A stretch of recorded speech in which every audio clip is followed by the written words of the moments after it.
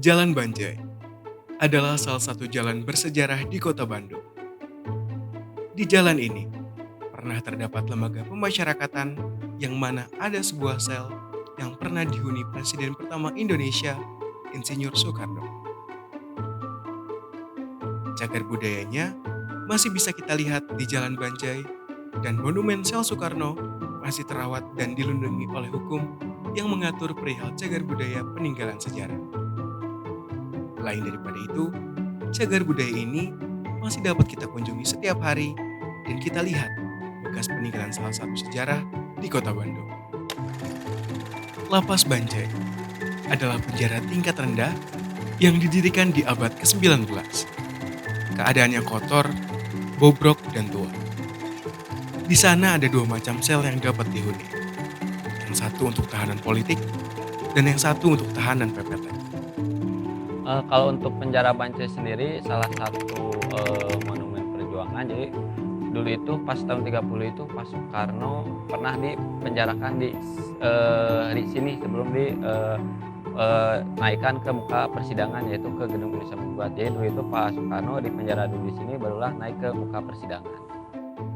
Sejarah monumen penjara Banjai dimulai ketika pada tahun 1921 Soekarno tiba di Bandung untuk bersekolah di Teknik High School Bandung atau yang sekarang bisa disebut sebagai ITB.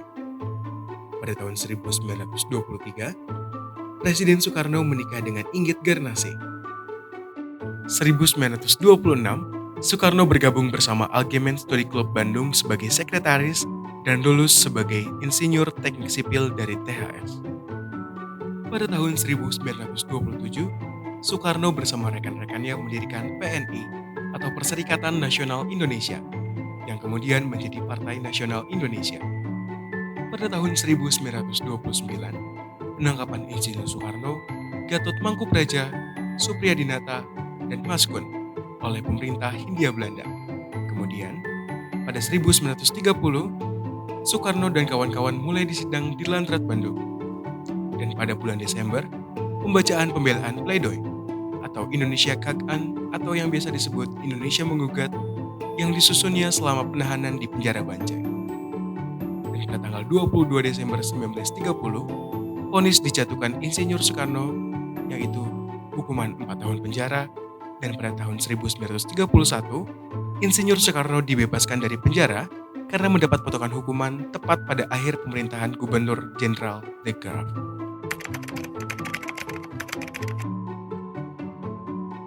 Insinyur Soekarno pernah mengatakan bahwa jas merah jangan sekali-sekali merupakan sejarah. Jadi kita sebagai generasi penerus bangsa harus bisa menjaga dan melestarikan peninggalan-peninggalan sejarah yang ada.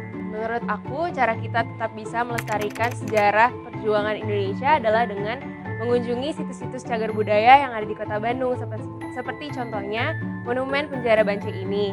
Kemudian teman-teman juga bisa mengakses informasi yang kredibel melalui media-media online, seperti portal-portal berita ataupun situs-situs resmi.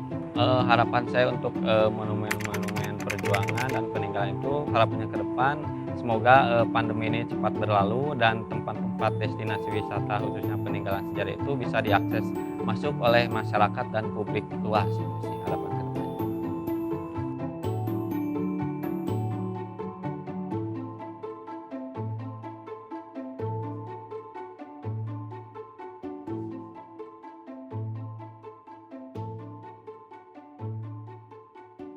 KKN Universitas Pajajaran 2022 sukses!